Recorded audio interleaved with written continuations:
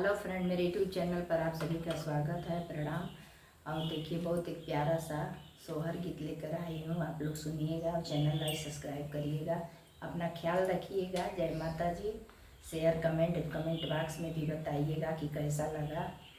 चार ही खंड